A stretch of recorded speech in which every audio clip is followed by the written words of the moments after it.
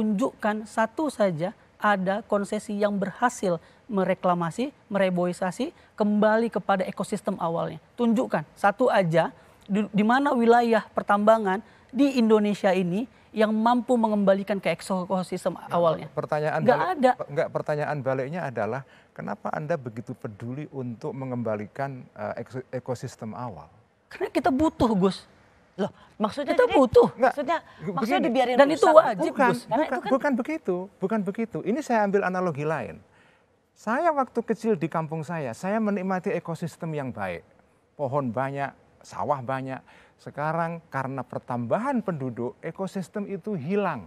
Anak saya tidak lagi bisa menikmati itu. Gus, tidak head to head dibandingkan dengan pertumbuhan penduduk. Karena eskapator dengan manusia, emisi yang dikeluarkan beda, Gus. Satu orang, Gus, hanya bisa menebang satu pohon misalnya dalam satu hari. Tapi eskapator bisa menebang ribuan hektar dalam satu hari. Itu enggak head to head, Gus. Ini yang saya sebut dengan Wahabisme itu. Wahabisme itu artinya gini, Rosi. Orang Wahabi itu begitu kepinginnya menjaga kemurnian teks, sehingga teks tidak boleh disentuh sama sekali.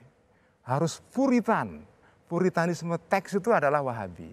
Nah, saya mengatakan teman-teman lingkungan ini yang terlalu ekstrim, yang mengatakan bahwa... Saya tidak melihat apa yang dikatakan oleh Iqbal itu ekstrim sih. Itu saya mengatakan arahnya... Sesuatu yang keniscayaan yang harus dilakukan. Arahnya adalah dia seperti menolak sama sekali mining. Karena industri ekstraksi selalu pada dirinya adalah dangerous dan itu berbahaya.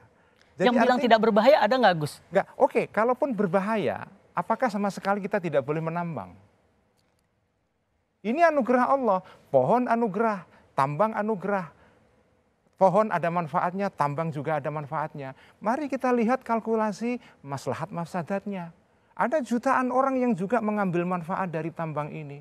Batu bara itu real, anak-anak kita itu bisa sekolah. Oke, kalau begitu tadi karena mereka bisa menikmati listrik ini yang ditenagai oleh batu bara. Itulah, Gus, yang kita minta. Kapan pemerintah mau beralih dari sini? Kenapa harus beralih? Loh, harus beralih. Karena kalau kita tidak beralih, kita sudah tidak punya. Bahkan Kementerian Kehutanan sendiri bilang di dalam program volunya, kuota deforestasi kita itu sudah lebih kecil daripada yang sudah terdeforestasi. Maksud saya gini. Nggak ada ruang, Gus. Maksud saya. Ini ada namanya hitung-hitungan, Gus, daya dukung, daya tampung lingkungan. Dalam satu wilayah, dia memungkinkan untuk diekstraksi lagi atau tidak. Kalau dia sudah tidak mencukupi, maka berhenti. Di sini, contoh begini, Gus. Kan tadi sering menyampaikan dengan transportasi pertumbuhan penduduk.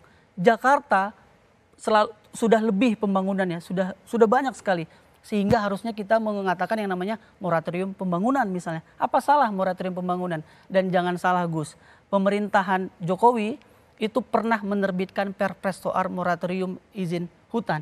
Artinya pemerintah pun menargetkan agar tidak terjadi deforestasi. Sehingga di moratorium gitu. Jadi ada batas atas, Gus. Tidak semua hal harus kita ekstraksi. Tidak semua hal atau anugerah ini menjadi nikmat kita. Ada juga anugerah di muka bumi ini yang menjadi nikmat dan harus kita wariskan kepada anak cucu kita.